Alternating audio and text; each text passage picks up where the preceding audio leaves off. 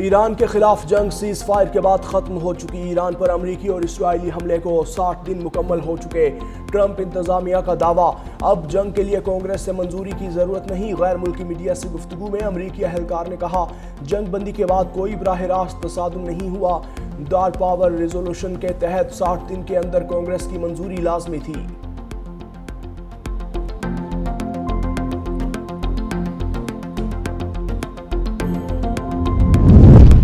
ایران معاہدہ کرنے کے لیے بے تاب ہے۔ ایران بحری ناکہ بندی کے سبب تیل سے پیسے نہیں کما پا رہا۔ امریکی صدر ڈونلڈ ٹرمپ اوول آفس میں گفتگو کرتے ہوئے ممکنہ طور پر جنگ بندی کے خاتمے بارے کہا، مجھے نہیں لگتا کہ اس کی ضرورت ہے، لیکن شاید پڑ بھی سکتی ہے۔ ایران کے خلاف آپریشن بہت پہلے شروع کر دینا چاہیے تھا۔ ایران کی 82% ڈرون فیکٹریاں تباہ ہو چکی۔ ایران 8 خواتین کو پھانسی دینے والا تھا، میرے کہنے پر نہیں دی۔ گیس کی قیمتیں ایران جنگ ختم ہوتے ہی کم ہو جائیں گی۔ ایران کو امریکہ میں فیفا ورلڈ کپ میں شرکت کی اجازت دینی چاہیے۔ پاکستان کے وزیر اعظم نے کہا، میں نے 3 سے 5 کروڑ جانیں بچائیں۔ پاکستان اور بھارت کی جنگ میں 11 طیارے گرائے گئے۔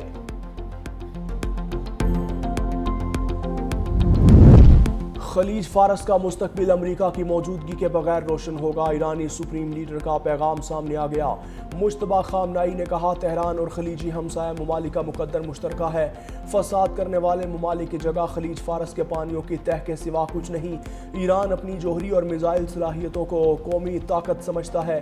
ایرانی عوام ان صلاحیتوں کو ملک کی زمین، پانی اور فضائی سرحدوں کی طرح اہم سمجھتے ہیں اور ان کی حفاظت کریں گے۔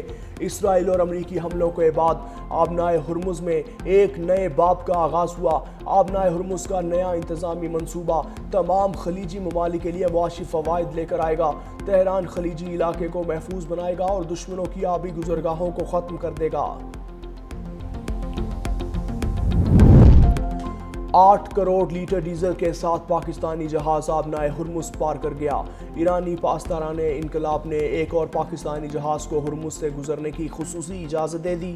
پاکستانی بحری جہاز آبنائے ہرمز پار کرنے کے بعد خلیج عمان میں داخل ہو گیا۔ جہاز 2 سے 3 روز عالمی منڈی میں خام تیل کی قیمتوں میں کمی ہو گئی۔ غیر ملکی میڈیا کے مطابق عالمی مارکیٹ میں برنٹ خام تیل $124 سے کم ہو کر $114 فی بیرل پر آ گیا، جبکہ WTI کی فی بیرل قیمت $110 سے $104 ہو گئی۔ تیل کی عالمی مارکیٹ میں 4 سال کی بلند ترین سطح کے بعد اب بہتری دیکھنے میں آئی ہے۔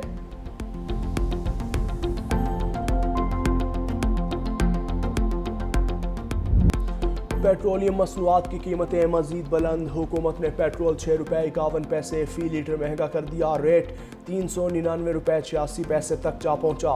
ڈیزل کی قیمت میں بھی بڑا اضافہ، ₹19.39 فی لیٹر اضافے سے قیمت ₹399.58 ہو گئی۔ پیٹرول پر لیوی میں ₹3.88 فی لیٹر کمی، لیوی کی شرح ₹103.50 مقرر۔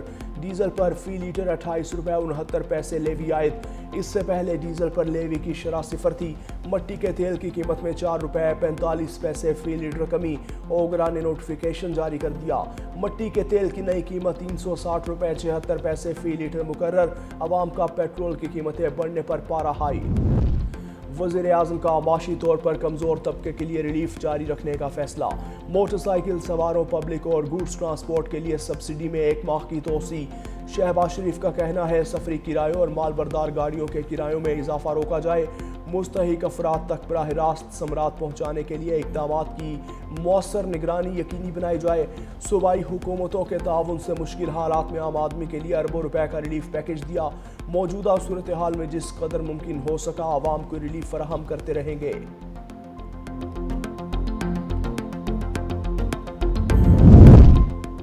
سندھ حکومت کا کم آمدن والے طبقے کے لیے بڑا اعلان۔ وزیر اعلیٰ سندھ نے موٹر سائیکل مالکان کے لیے ٹارگیٹڈ فیول سبسڈی میں توسیع کر دی۔ مراد علی شاہ کا کہنا ہے، موٹر سائیکل مالکان کو دی جانے والی سبسڈی جاری رہے گی۔ پیٹرول کی بڑھتی قیمتوں کے باعث فی موٹر سائیکل ₹2000 سبسڈی دی جا رہی ہے۔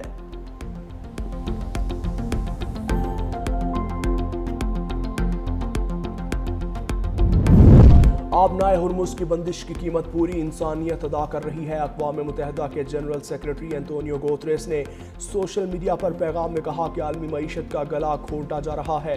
جہاز رانی کے حقوق اور آزادیوں کو محدود کیے جانے پر سخت تشویش ہے، جس سے توانائی، ٹرانسپورٹ، مینوفیکچرنگ اور خوراک کی منڈیاں درہم برہم ہو رہی ہیں۔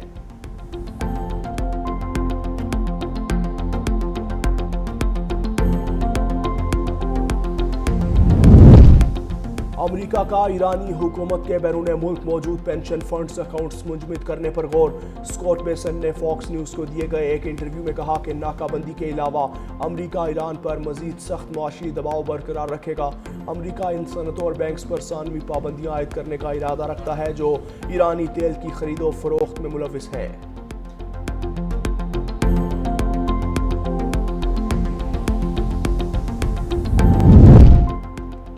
ایران جنگ میں اربوں ڈالر مالیت کا امریکی فوجی ساز و سامان تباہ ہوا۔ واشنگٹن ڈی سی میں قائم centre for strategic and international studies نے رپورٹ جاری کر دی۔ امریکی تھنک ٹینک کی رپورٹ کے مطابق ایران کے میزائلوں اور ڈرونز نے $2.8 بلین کے امریکی فوجی ساز و سامان کو تباہ کیا۔ عرب میڈیا کے مطابق 28 فروری سے جنگ کے آغاز کے بعد سے اب تک امریکی فوج کے نقصان پر یہ سب سے پہلا تفصیلی تخمینہ ہے۔ پاک ایران فضائی سفر 60 دن بعد بحال، تہران اسلام آباد کی پروازیں شروع۔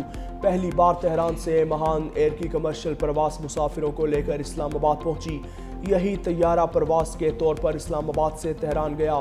اس روٹ پر مہان ایئر کی اگلی پروازیں 7 مئی کو طے ہے۔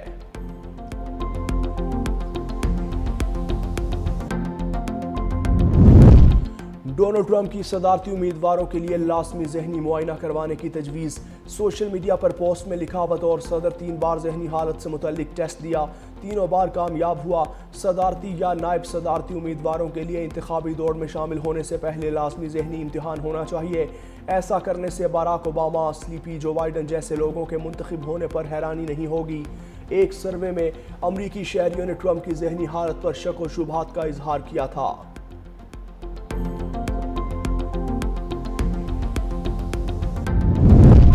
وزیر خارجہ اسحاق ڈار اور یورپی یونین کی نائب صدر کاجا کالز کا ٹیلی فونک رابطہ، خطے کی موجودہ صورتحال پر تبادلہ خیال۔ ترجمان دفتر خارجہ کے مطابق یورپی یونین کی نائب صدر نے امن کے لیے پاکستان کے مثبت کردار کی تعریف کی۔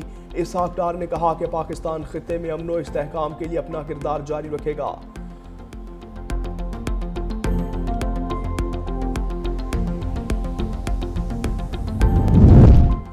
صدر آصف علی زرداری کا دورہ چین، ثانیہ میں پاک چین اداروں میں مفاہمتی یادداشتوں اور معاہدے پر دستخط کی تقریب میں پاکستان اور چین کی 75 سالہ دوستی پر مبنی دستاویزی فلم دکھائی گئی۔ حیوانات کے لیے ویکسین اور منہ کھور ویکسین کی فراہمی کے لیے مشترکہ منصوبے کا معاہدہ طے۔ معاہدے پر شرجیل میمن اور چیئرمین لویان ماڈرن بائیولوجی گروپ وانگ شانیو نے دستخط کیے۔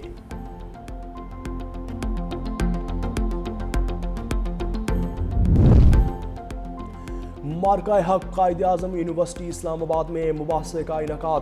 علمی شخصیات، دانشوروں اور طلباء اور طالبات نے بھرپور شرکت کی۔ مقررین نے پاکستان کی مؤثر سفارتکاری، عالمی سطح پر ثالثی کے بڑھتے کردار اور بین الاقوامی اہمیت میں اضافے کو نمایاں کامیابیاں قرار دیا۔ تقریب کے شرکاء نے بہترین سفارتکاری اور شاندار ملٹری ڈپلومیسی پر پاکستانی قیادت کو خراج تحسین پیش کیا۔ شرکاء نے کہا بھارت نے پاکستان کے خلاف جتنی بھی سازشیں کی ہیں اس میں ہر بار ناکام رہا۔ مارکہ حق کی عظیم فتح کو 1 سال مکمل ہو چکا اور ہم اس پر فخر کرتے ہیں۔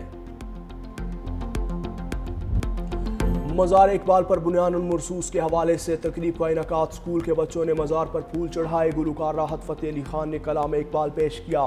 ستلج رینجر بینڈ کی جانب سے قومی ترانوں کی دھنیں پیش کی گئیں۔ مزار اقبال کے اطراف میں سخت سیکیورٹی تعینات رہی۔ مقررین نے کہا کہ حکیم الامت نے ہمیں 2 قومی نظریہ دے کر الگ وطن کے حصول کا شعور دیا۔ افواج پاکستان نے مکار دشمن کو ناکو چنے چبوائے۔ وطن عزیز کی جانب میلی آنکھ سے دیکھنے والوں کی آنکھیں نکال لی جائیں گی۔